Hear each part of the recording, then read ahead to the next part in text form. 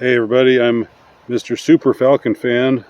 Today, yes sir, um, Mariota is going to take us all the way to the Super Bowl, and this time we are not going to blow a huge lead at the end of the Super Bowl. This time Mariota is going to shove it right down their throats, and we're going to win the Super Bowl, and Rihanna is going to sing at the halftime show.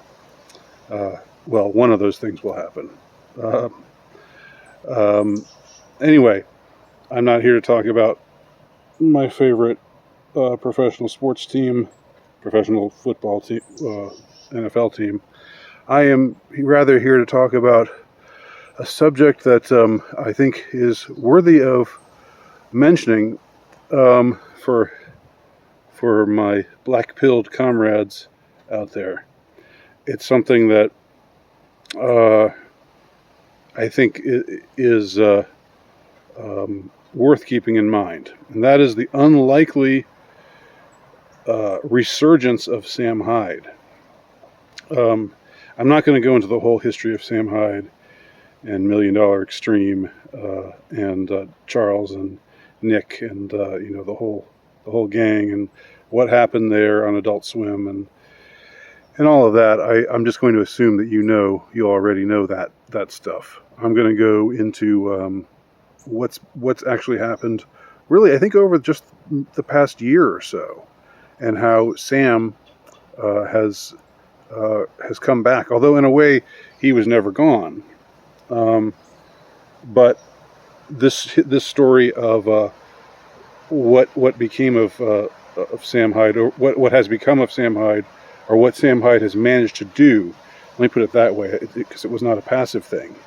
I mean, like everything, like all success stories, it's a combination of luck or chance or you being given a shot by the cosmos, or however you want to put it, and you taking advantage of that and meeting that opportunity.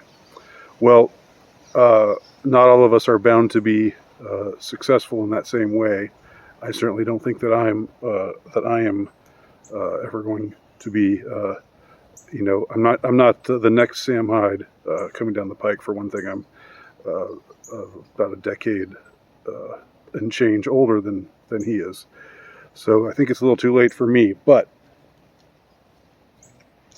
nevertheless, let's consider the trajectory of Sam Hyde's career over the past year and a half. Now, sometime earlier this year, I think it's all been, I said the last year and a half, but I think this has all been in 2022. But maybe it was in late 2021. I'm not totally sure of the timeline, when Sam recorded a diss track of Anthony Fantano, along with the help of a rapper friend whose name I'm not recalling right now. They double teamed in their diss of Anthony Fantano.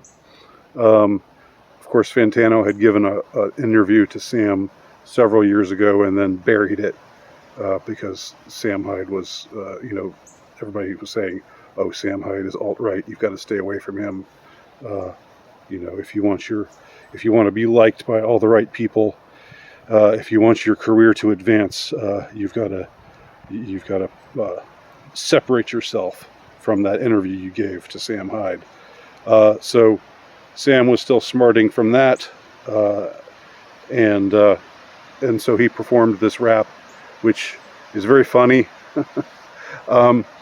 It's also interesting to note that Sam actually physically threatens Anthony Fantano in this song in a way that I thought would be illegal, but I guess not. I guess it's okay. But it's ballsy. It's definitely ballsy. I'd invite you to listen to the rap if you haven't yet. Even if you don't like rap music, I think you'll appreciate this one. So there was that, and that was a big success. A lot of people listened to that rap song that he did, and somewhere along the way, somewhere in that time period, Sam got an award. You know, the sort of when you get a certain number of viewers on YouTube, the YouTube headquarters sends you this award, this plaque. I guess it's kind of like getting a platinum record used to be, and something you're supposed to hang up on your wall with pride. There's a video of Sam taking this plaque or whatever it was out of the package from YouTube, and immediately tears it to shreds and throws it away. It's great. So even though, you know, he'd faced all of this blacklisting, you know, for several years, ever since $1 Million Extreme World Peace got canceled on Adult Swim, he still managed to, I think he managed to build things back to the extent that he, you know, got this award that he had no interest in from YouTube, and I completely support him, because YouTube sucks, and I hate YouTube, except YouTube is my whore. I only use YouTube for my own purposes, as I've said several times previously. So this success didn't happen in a nutshell, or didn't happen in isolation, I should say. For the past few years, Sam has been putting out videos on Gumroad, which is this channel. I don't exactly know what Gumroad is, what it does, but I guess they're a free speech zone. I'm guessing that because Sam was able to post his videos there, but I don't exactly know the kind of service it's supposed to. I get the feeling that Sam uses it in a different way than probably most of the people on Gumroad use Gumroad. Again, I'm very much not a technological guru. I'm the very opposite of any such thing. But I do know that Sam has been around, and he and his friends have posted videos on YouTube. I mean on Gumroad, you know, including creative sketches, that, you know, $1 Million Extreme-esque material. Although it's been Sam and some other guys instead of Sam and Nick and Charles, but some definitely funny material has been put up on Sam's Gumroad channel. So he's been around, and there have been channels on YouTube that have taken bits and pieces of things that were posted on the Gumroad channel and put them up on YouTube, and they seem to get, you know, at least a moderate amount of viewers, you know, in the tens of thousands, or sometimes in the hundreds of thousands, and of course, you know, Sam's followers are so rabidly invested in him.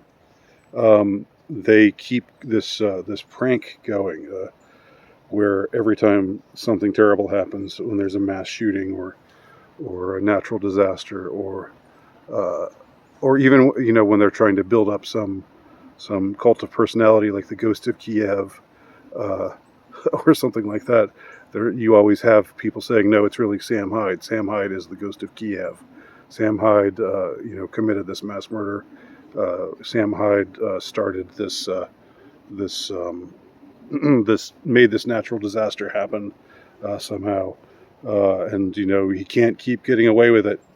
And so that whole line, that whole joke, has kept Sam's name in the ether somehow, and that's not really his doing. That's a testament to the effect that he has on his fans and how much they look up to him.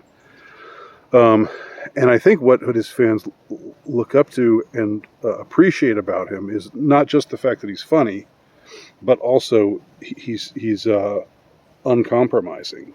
There has not been a time when he's taken anything back. there has not been a time when he's held back, or a time when he's like had something where he said, "Look, I know I used to be alt-right. I used to do these things that were a little too edgy, but now I'm different." I think if he had ever done something like that, he might have achieved a bigger success, but his base would have been completely alienated from him, because that was what made Million Dollar Extreme, and Nick and Charles and everybody who was around him, but also and especially Sam. That was what made him special, was that he was not somebody who ever distanced himself from his edgy material.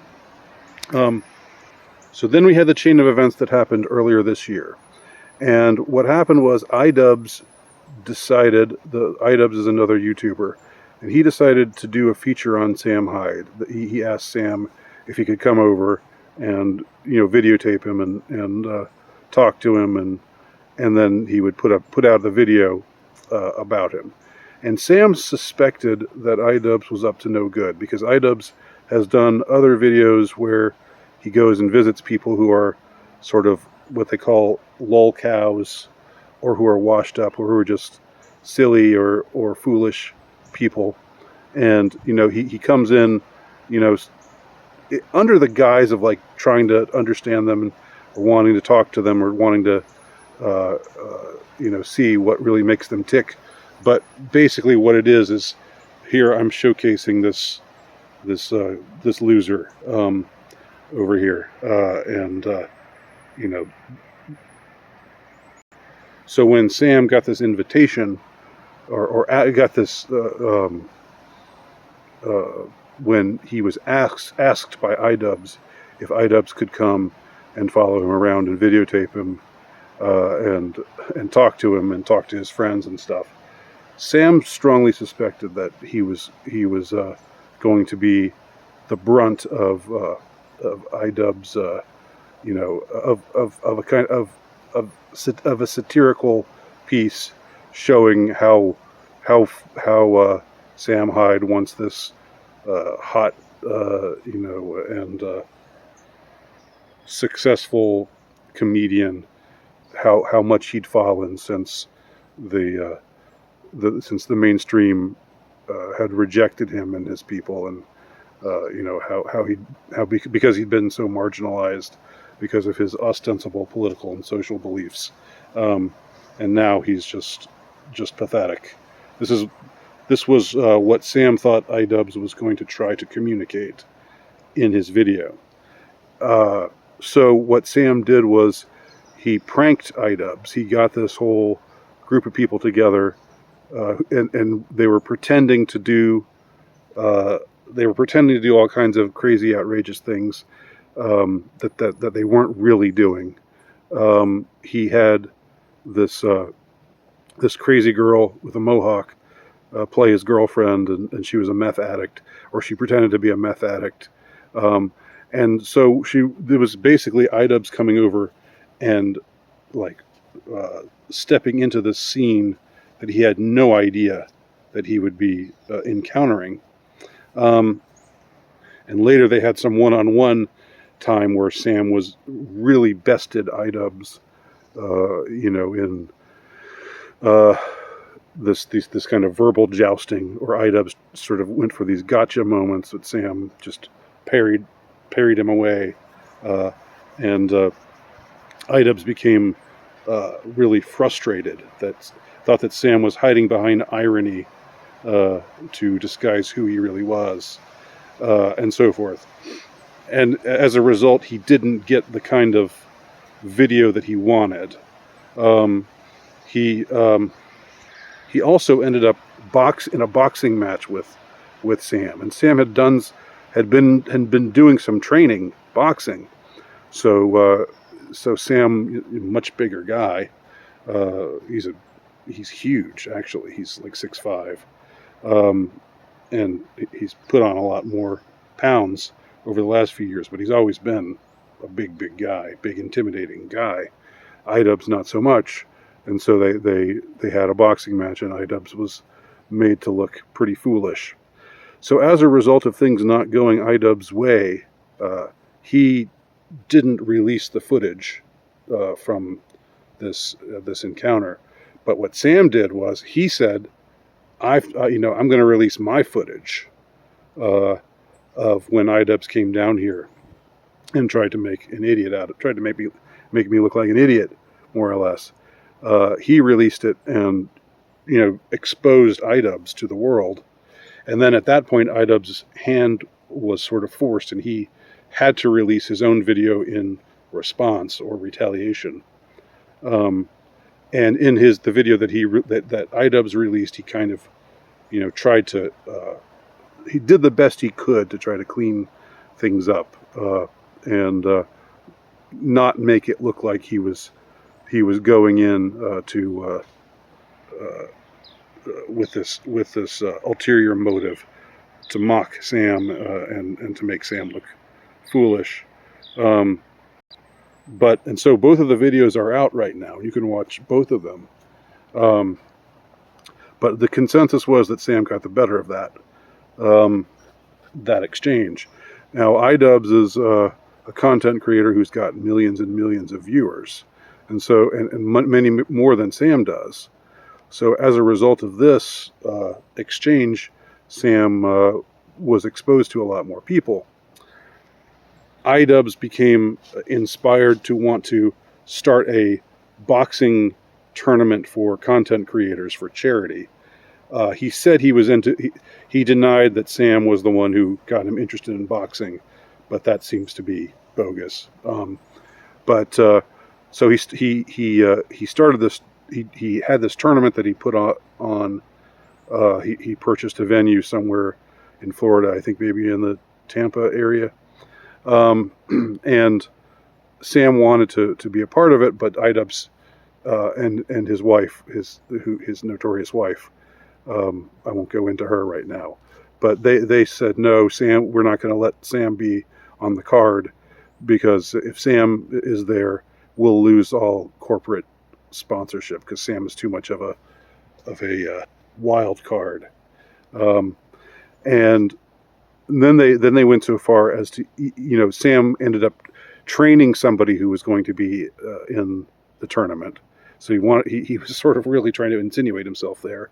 And then he ended up purchasing 5 front row seats, and it was just going to be him sitting there in the middle of, with 2 seats on either side of him, with T-shirts that portray his face.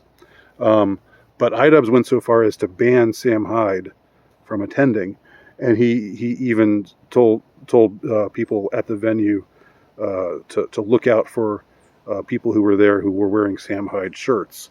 So iDubbbz really very strongly, one would say, overreacted to the idea of Sam Hyde being there. He didn't want Sam Hyde to be a part of the venue, and he didn't even want him there. But iDubbbz's reasoning was Sam will ruin things, for the corporate sponsorship, because he's just too much of a hated and reviled figure. He's too much outside of the mainstream. He's too much of a wild card. He's too unpredictable. Then a group out of London, a much larger tournament was going to happen, involving content creators, similar to the event that iDubbbz put on, but much bigger. And for whatever reason, the people who ran this event thought, yeah, sure, Sam, come on board. You can box in our tournament. And this turned out to be Sam's triumph. It was a way where he really thrust himself forward, and he played this character that he called the Candyman. He played up his Irish heritage. He put on this Irish accent, and basically approached it like a professional wrestler with that kind of sense of humor, and was reading limericks and stuff in a threatening Irish accent. And So he ended up getting massive exposure at this tournament which seated like 20,000 people, and he won the admiration of a bunch of people who'd never heard of him before, and his star has only risen since then. So let this be a white pill for y'all. You can be true to yourself. You can refuse to apologize for who you are, refuse to go back, and you can do it your way, and you can still fight your way back to prominence, like Sam Hyde has managed to do over the past year. Thanks for watching.